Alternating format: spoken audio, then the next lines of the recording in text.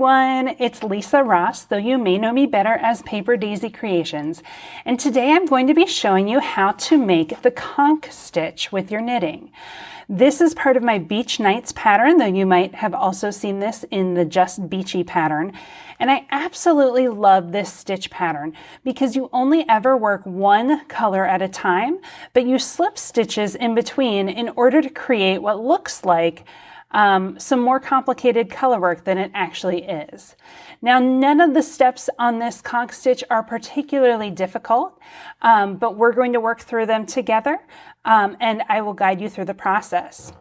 One thing I'd like to point out to you is that when worked with fingering weight yarn in a shawl, the conch stitch is quite open.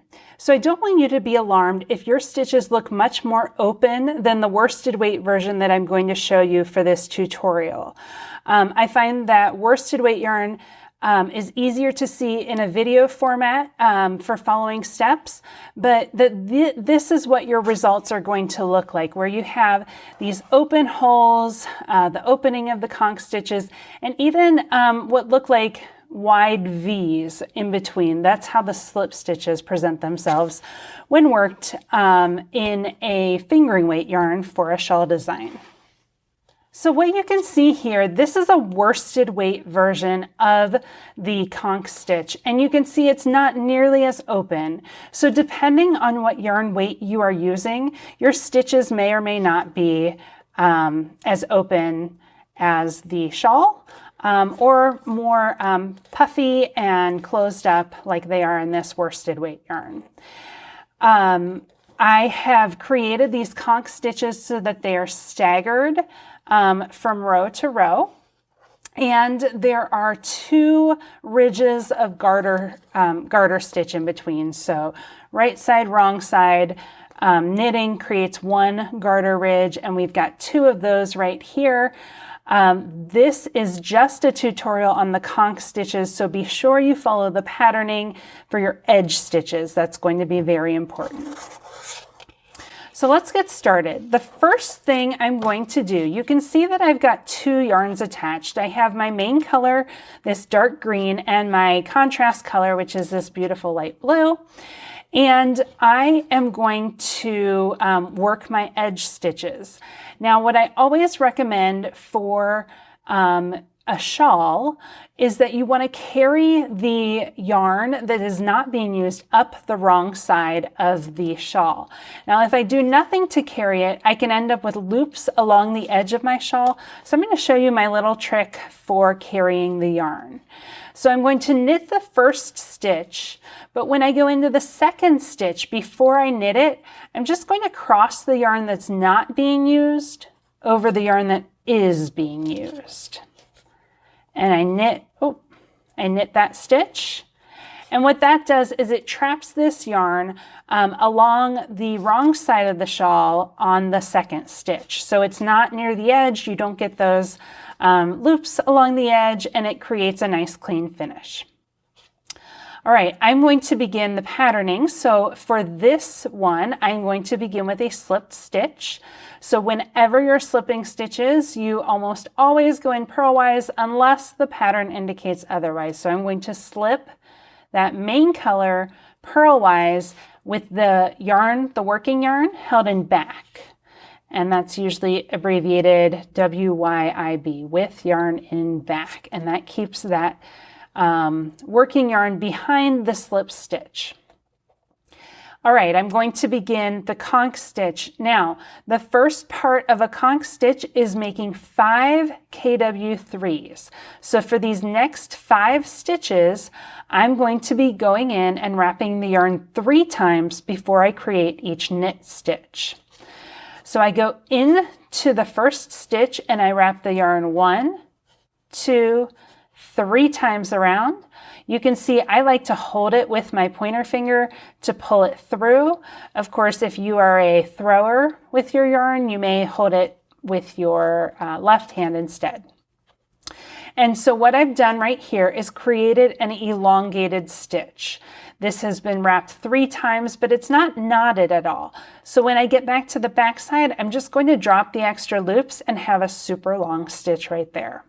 And I'm going to do that again. So I go into the second stitch and I wrap 1, 2, 3. And you can see this finger's helping me to hold those stitches, hold them along the needle part. You don't want to hold them too close to the tip. They need to really hold the width of the needle, and then I pull it through. So right here I've got my 2 stitches and they're kind of grouped together, the 3 loops that have gone into 1. This is not an increase stitch pattern because we are going to drop those extra loops on the next row. All right, I'm ready to make my 3rd stitch, but if you are working multiple sets of conch stitches, you want your 3rd stitch to fall right above the stitch that was slipped. And this is a really great way to just check your knitting and make sure that you're in the right place. So of course you don't have to do this on the first set of conch stitches, but if you're working subsequent rows on a pattern which has the conch stitches staggered, make sure that your 3rd KW3 goes in right above that previously slipped stitch. So there we go. I've done another KW3. I'm going to do 2 more, so I wrap 1, 2, 3. That's my 4th KW3 and the final one, 1, 2, 3. All right, and you can see right here that just like my 3rd stitch of the conchs was right above my slipped stitch, I'm ready to slip this next main color stitch, and it is directly above the center of the previous conch. So that's another great way to just check yourself. This, because of the amount of yarn that this stitch uses, you really don't want to have to go back and redo that row. Just ask me how I know that. Okay, and I'm going to continue to do this patterning all the way across. I'm working a little bit slowly right now, just so you can see, but you really do get into a flow once you get the hang of this stitch pattern. And like I said, you're only ever knitting 1 stitch at a time, or 1 color at a time. All right, I'm up to 3, 4, 5. Yep, you can count those. They're grouped together. 1, 2, 3, 4, 5. I'm ready to slip the next stitch and do my next set. So I'm going to go ahead and finish off this row and show you what we do on the wrong side. Okay, I'm on the wrong side, ready to work my the wrong side of my conch stitch pattern. So right here I'm working my edge stitches. Follow your pattern to be sure you're working your edge stitches as written. And I'm ready to slip my first stitch. So when I slip the stitch this time, I'm still holding the yarn toward the wrong side of the fabric so that the yarn carries across the back. You can see it here between these conch stitches. But I need to hold the yarn in front of the work. So that's how I'm going to do this. So I slip that stitch with the yarn held in front this time. And now I'm ready to work my 5 elongated stitches, but right now they're still wrapped up. So I'm going to put the yarn as if I'm going to knit it, because that's going to be the next thing that I do. So that's where I'm positioning my working yarn. And I'm going to slide each of these stitches purlwise off of the needle just so that I can elongate those stitches. So what I do is I go into that first stitch purlwise, not into all 3 loops, just the first leg of it. And I pull it off the needle. And I'm going to do that 5 times. So I go into that first leg, pull it off.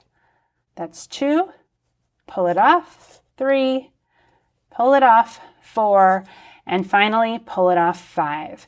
And you'll see I've got these long stitches. And you will also see that the first one is not quite as long. The last one is a lot longer, because as you're pulling those stitches, they sort of stretch themselves out that way. Now it's time to slip all 5 of those elongated stitches purlwise back onto the left needle. Be sure you keep them all in the same order you had them. Now I've got these 5 loosey-goosey stitches right here. I have to work all 5 of these stitches together. I'm going to knit them all together, purl them all together, knit them all together, purl them all together, knit them all together. So it's 5 stitches, knit, purl, knit. But I'm going to do them all at once. So it's not an increased stitch because I have 5 and I will end with 5. But I'm going to go into all 5 stitches.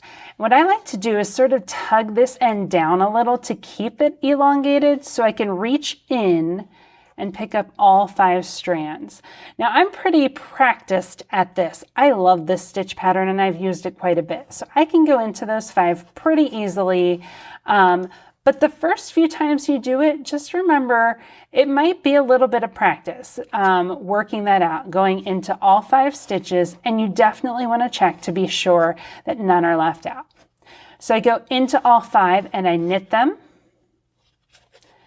I bring the yarn to the front because I'm going to purl. So however you purl, this is how I do it. So I'm going to go into those same 5. Now it's much easier once you've already worked the first knit stitch. So I go into them and I purl. I bring my yarn back because I'm going to knit again. So I go into all 5 and knit. I've got 3 stitches on my right needle so far. Now I'm going to purl. And finally, I will knit them all once more.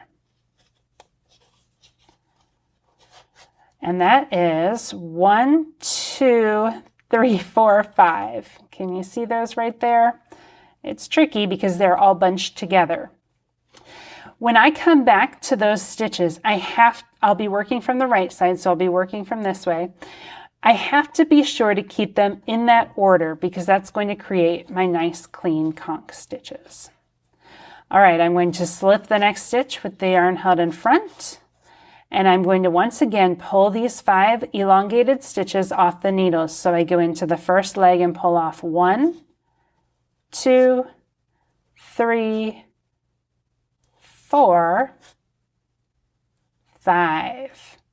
Those 5 go back purlwise all onto my left needle. I've got my 5 loose stitches, and I'm going to go into all 5 once more. So into all 5 and I knit, keeping that yarn on the needle. Do not pull that stitch off. We still have 4 more stitches to go. Go into that set of 5 stitches and purl.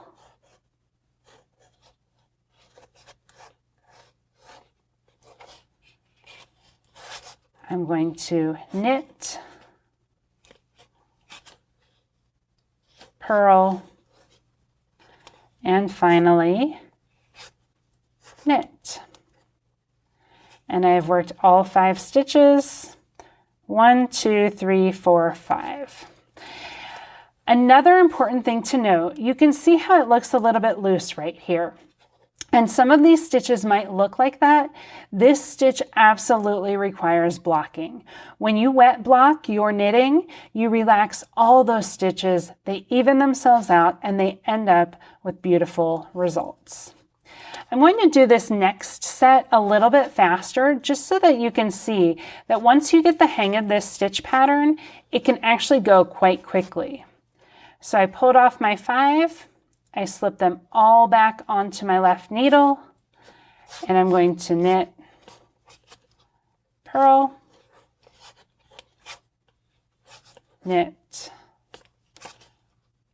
purl, and knit. And I will say that it is actually easier to do this when you're working with fingering weight yarn in a shawl because the stitches are more open and they're easier, in my opinion. I slip with yarn in front and I'm doing my final set. So again, I just snap these off. 5 stitches back onto the left needle. Again, I like to sort of pull that first one down to sort of open it up a little. and I go into all 5. You do want to keep it sort of close to the end of your needle, but not too close to the end. You do not want to accidentally drop a stitch. Although if you do, if I mess something up and these all come off, it's not too hard to pick them back up. So let me show you what that looks like. Here are my 5 stitches. Right now they've all sort of stayed in the correct way. But remember that when you're repositioning any drop stitches back on your needle, the right leg should always go to the front.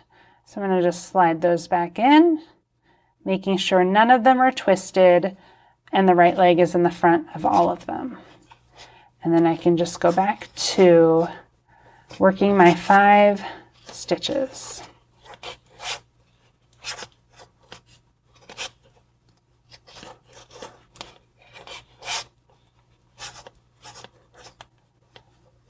All right, slip one with yarn in front, and then for me, I'm going to knit the last 2 stitches. That's how I'm working this edge. Before we go, I'm going to show you what the next right side row looks like when we switch back to the main color. I'll also remind you how I carry my yarn. So now I'm getting ready to work my main color. And I'm going to knit the first stitch, and for the second stitch, go into it, cross that yarn over, and then knit the second stitch.